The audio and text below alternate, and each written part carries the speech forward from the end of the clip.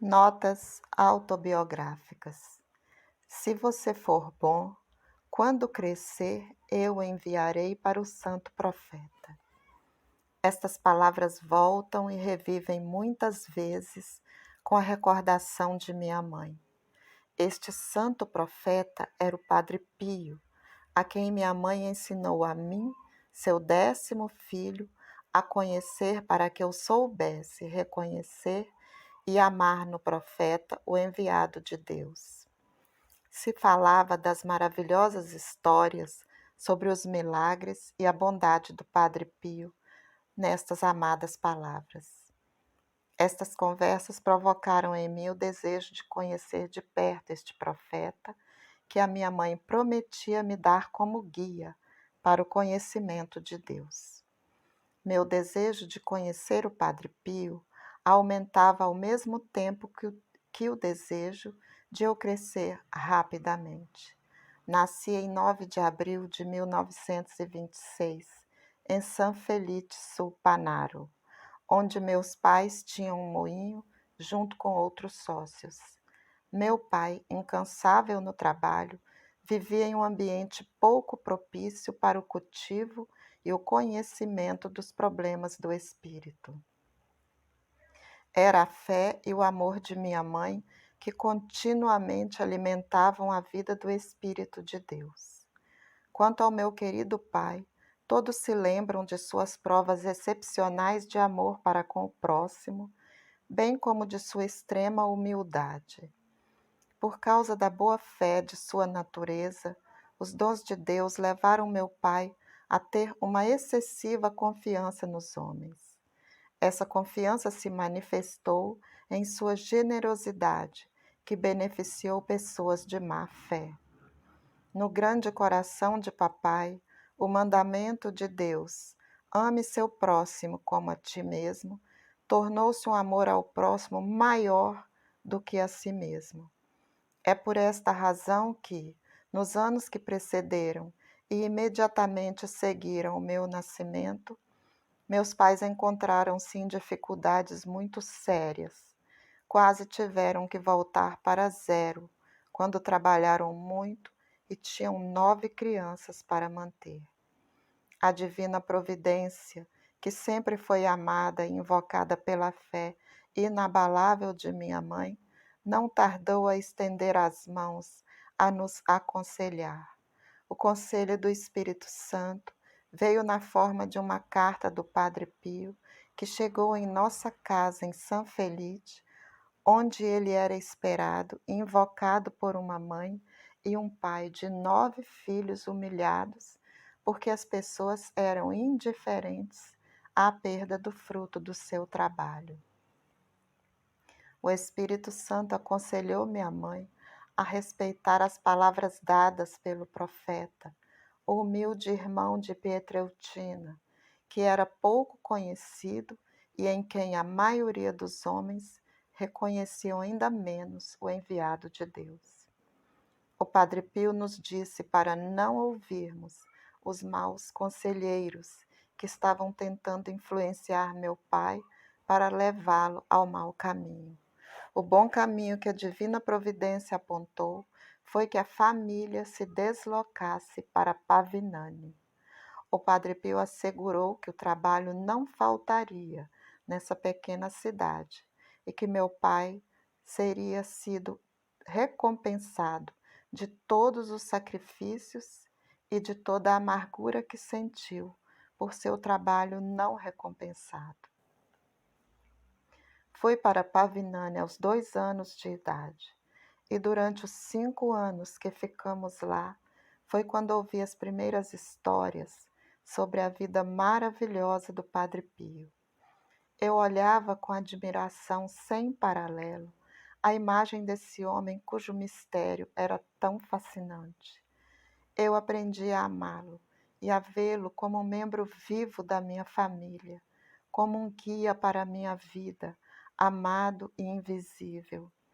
Em 1933, um segundo conselho do Padre Pio chegou à minha mãe. Parte da família, meus pais e eu, inclusive, deveria se mudar para San Matteo della Decima, uma aldeia de San Giovanni in Persiceto.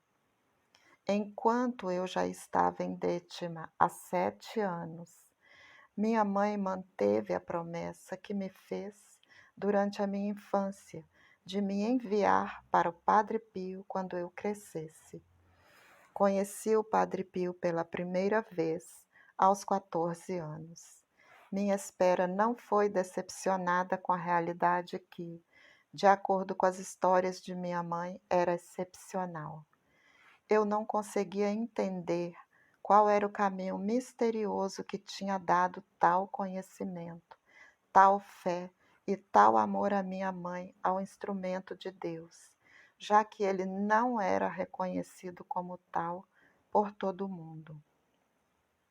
San Matteo della Decima está a cerca de 600 quilômetros de San Giovanni Rotondo. Minha mãe nunca teve uma entrevista com o Padre Pio. Uma única vez, em 1949, ela foi a San Giovanni Rotondo para uma breve visita.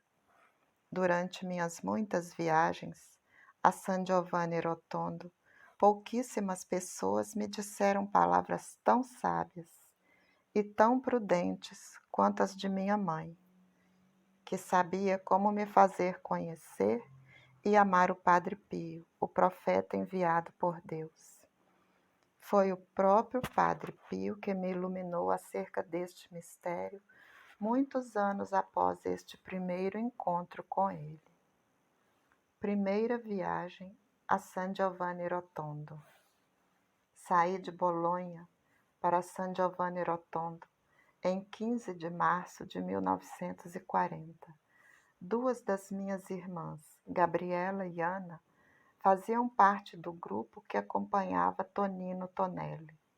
Chegamos no dia seguinte em San Giovanni Rotondo e nos alojamos na casa de Madame Clorinda, na Cidade Velha. Eu me achei um pouco perdido nesta aldeia ventosa, tão diferente da minha. Às 4 horas da manhã, todo o grupo foi despertado por Madame Clorinda. Era necessário caminhar cerca de 2 quilômetros para participar da missa do Padre Pio na pequena igreja do convento de Santa Maria das Graças. Eu estava muito impaciente para ver o grande e misterioso Padre Pio de perto. A figura do padre, a quem admirava tanto nas fotografias, parecia familiar.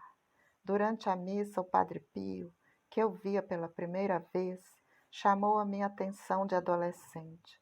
O seu penetrante e gentil olhar despertou um amor filial no mais profundo do meu coração. As pessoas que conheci na pensão e na igreja me descreveram o Padre Pio como alguém muito severo. Quando chegou a minha vez para a confissão, comecei a ter medo. Eu me sentia atraído pelo amor do Padre Pio, mas eu temia não merecer que ele me escutasse como um filho do Santo Irmão a quem amei de sempre. Enquanto esperava e me preparava para a confissão, na antiga sacristia do convento, o interesse pela história e pela arte começou a me distrair. Em vez de pensar e me arrepender dos meus pecados, eu procurei uma semelhança entre esta sacristia e o interior dos velhos conventos russos que eu admirava em um livro meu. De repente, eu fui convidado pelo senhor Tonelli para me aproximar do confessionário do Padre Pio. Fui tão tomado pelo desejo de me aproximar do padre que me esqueci que eu estava na frente do padre, a quem eu deveria confessar os meus pecados. O Padre Pio me fez perguntas, depois me olhou esperando a minha resposta. Todo confuso, eu lhe disse: não me lembro bem se eu cometi este pecado. Ele me respondeu com grande força: vai-te embora, vai-te. O que você espera de mim? Prepare-se para a confissão. Eu não tenho tempo a perder. No dia seguinte, depois de uma preparação mais profunda, voltei ao confessionário. Ao contrário da minha expectativa, eu encontrei o padre com uma doçura ilimitada, o que me fez esquecer a repreensão do dia anterior. O padre Pio me diz: sim, eu aceito você como filho espiritual, e você comporte-se sempre bem. Ele não me fez nenhuma pergunta, nem sobre meus estudos, nem sobre a minha cidade de origem. Feliz por finalmente conhecer o profeta, voltei a Bolonha. Eu retomei meus estudos no Instituto Aldine Valeriani. Não gostei da minha orientação, mas eu não confiei meu sofrimento a ninguém. Eu estudava muito pouco e, no meu íntimo, eu planejava abandonar a escola. Minha vida espiritual era suficientemente cheia.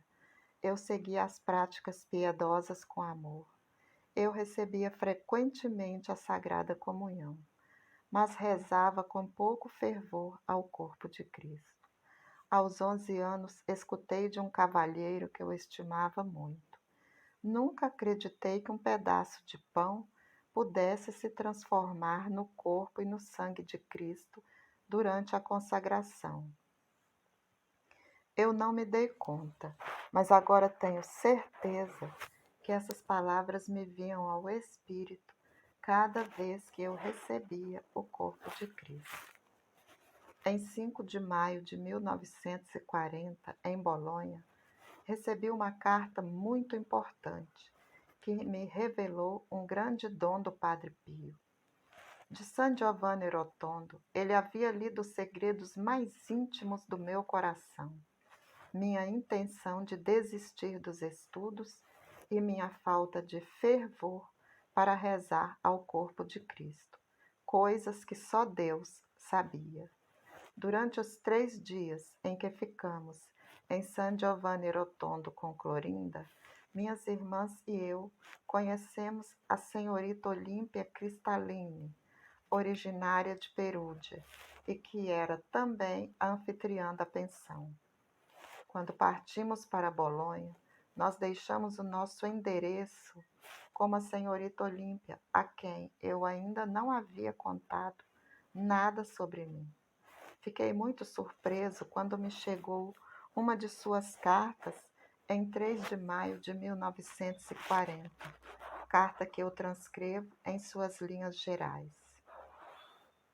Meu bom Luigi, há muito tempo que eu queria escrever para você. Agora não posso esperar mais para lhe mostrar o desejo do Padre Pio, especialmente porque eu tenho que fazê-lo por obediência, porque, como uma filha espiritual, não posso lhe recusar nada, nem mesmo o sacrifício da morte.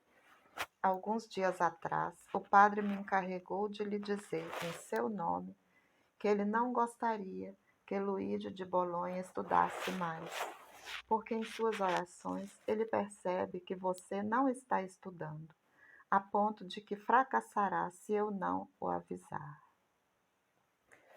Ele disse isso para mim muito gentilmente. Parecia que estas doces palavras queriam traduzir a dor que sofre seu coração porque você negligencia seus estudos. Padre Pio disse que queria que ele estudasse mais. Isso me machucou tanto que não consigo expressá-lo. No entanto, ele me falou sobre sua atitude para com a igreja, que ela era digna e que você deveria continuar nessa direção, mas que você deveria rezar para o corpo de Cristo com um pouco mais de fervor quando vier no seu coração.